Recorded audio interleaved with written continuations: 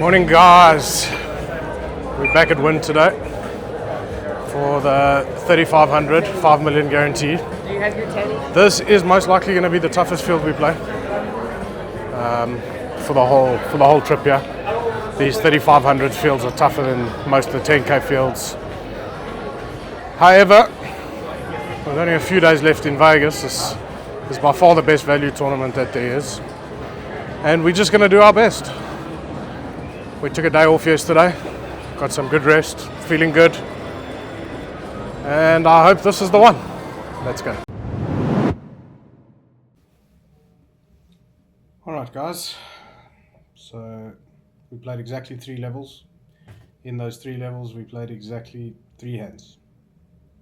In the first hand we raised pocket 8s, we got called, flop came 8-9 jack. Long story short, we lost to king 10 and we were down to 19,000 from our 40,000 starting stack.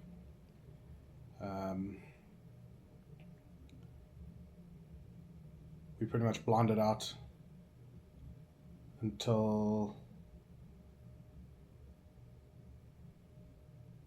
we blinded down and then eventually got a walk. When we got a walk we had aces. It was beautiful. And then this hand happened where pretty much 3 hands after the walk, I was the cutoff. So when raised under the gun to 1,000, the guy on my right made it 3,000. We moved all in for 17,000 at 200, 400, so like 42 big blinds. Which is pretty big, but anyway. The original raiser folded and the guy on my right went, oh well, and called with king jack. We had pocket jacks. Flop king 3-3. And that's it. That is the end of the Win 3500. And now the plan is chill the rest of the day. Tomorrow we play the 10k at WSOP. See how that goes. And if it doesn't go well, no matter how it goes, Monday we come home. Morning guys. We are back. World Series of Poker 10k Turbo Super Bounty today. Our biggest buy-in of the series. Most likely our last event. Should be an interesting one. It's the same turbo bounty we played the 1500 of the other day. So this one's a $10,000 buy-in and every bounty is $3,000. And this one will have close to $1 million as a first prize. Pretty exciting stuff. Let's see. I think it's time. We're due. Talking about due. This is the new World Series of Poker shop, which is going to be here permanently all year round. No longer just setting up a shop for a couple of days during the series. This is going to be here the whole year. Opens tomorrow. It'll be interesting to see what's in there. For today, we are going to have a similar strategy to the turbo bounty we played the other day.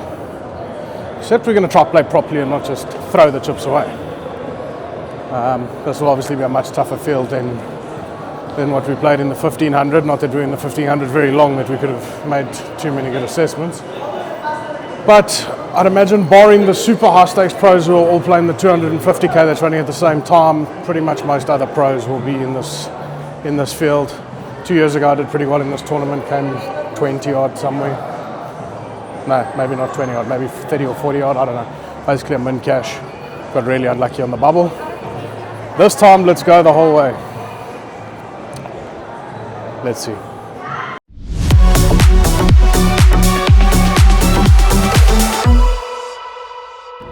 Okay, so it is the first break. We got to the first break, which is a minor feat in itself these days. You start with 60,000 chips. This is 20-minute levels. It's pretty fast. So we are going back to 500, 1,000 already. Unfortunately, we are down to like 23,000. We played pretty much one really big hand, which I will insert here. So this hand's at the 200, 400, 400 level. I'm not entirely sure why you can see the balance cards now, but that's just how it's going to work for this hand breakdown. So we open under the gun to 1100. He folds to the button, who's pretty aggressive. He 3-bets to 4,000. We are playing 6-handed at this point, and truthfully I'm never folding this hand. In the same breath, I don't want to get too much money in, otherwise I'm always going to be in bad shape. So I call. Flops Jack-8 full. So it's not the worst flop for us. But we're pretty much always going to check once we face the 3-bet aggression pre. So we check, he checks back. The turn 5 of diamonds doesn't really do much for either of us. I decide I'm going to check again and see if I can get him to bluff. I check, he bets pretty big, he bets 6,000. There aren't that many jacks in his range to start with, and there are even less jacks in his range that he checks back the flop with. So there's not much I'm actually scared of in this hand.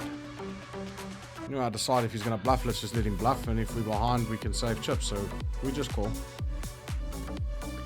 And the river comes the 8 of spades, which I don't think any of us really have very many 8s. I suppose I have some 8-9 suited, but I don't really think I have to bluff this hand. I suppose I have 7-8 suited too. But regardless, I don't think I have to bluff. I think I have the best hand a lot of the time. I check, he checks back. And sadly we lose to the one hand that he should have to beat us here, that could check back the flop. Then after that hand, we have one guy at the table, a Chinese guy who is the only non-professional from what I can see. From the way he plays, he doesn't come across as a professional. He comes a hand where he goes raise to 3,000, raise to 1,000, 200, 400, 400. Raise to 1,000, here he raises to 3,000, I'll make it 9,000 out the small blind. We're all playing 6-handed at this point. And he just moves all in. Like, he always has a very, very good hand. Anyway, I'll end up folding jacks. He doesn't show, but I'm quite happy with the fold. I don't think. Very seldom he has ace-king. Well, not very seldom. He has ace-king, but that's the only hand he has that I beat. He never does this with 10s. Yeah, and then we never really played another hand, never got anything, so we have 22,000, 22 big blinds.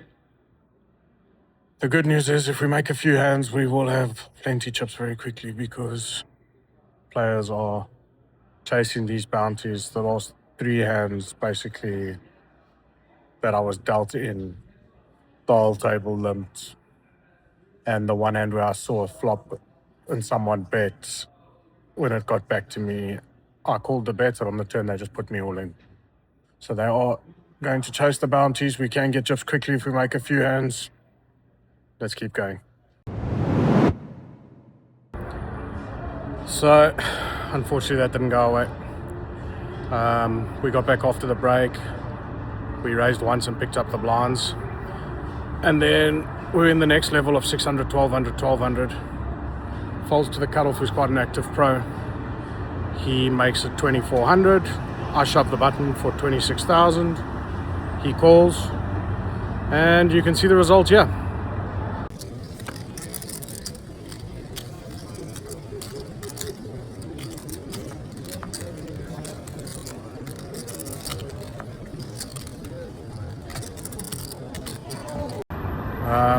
Look, I don't know what theory says about calling with 3-5 of spades because of the bounty implications, but theory doesn't really matter, does it? He called, we lost, it is what it is. Because I'm a sick human being, I am going to fire one more. I'm going to play this. There's an 800 deep stack 2-day WSOP event. We are meant to leave tomorrow night. However, if we are still in this event tomorrow night, we would basically be on the final table, and if that's the case, I'll just change the flight and go home the next day. But we've got to have one more bash before we leave Vegas, so yeah, hopefully this goes better. Let's see. So that didn't go well. We're boarding with 12 big blinds, got our chips in with 3s versus king 9 suited and lost. However, in more exciting news, I've decided we are not giving up, and I've extended. We are going to stay. I'm staying at least minimum till Saturday. At this point, I'm going to play 3 or 4 more WSOP events, as well as the Win 2200 Mystery Bounty, which I did pretty well in 2 years ago. And yeah, we're not rolling over. We're not stopping. We're going to keep trying. We're going to keep playing as well as we can. And let's see what happens. I will keep bringing you the updates as well. Andiamo.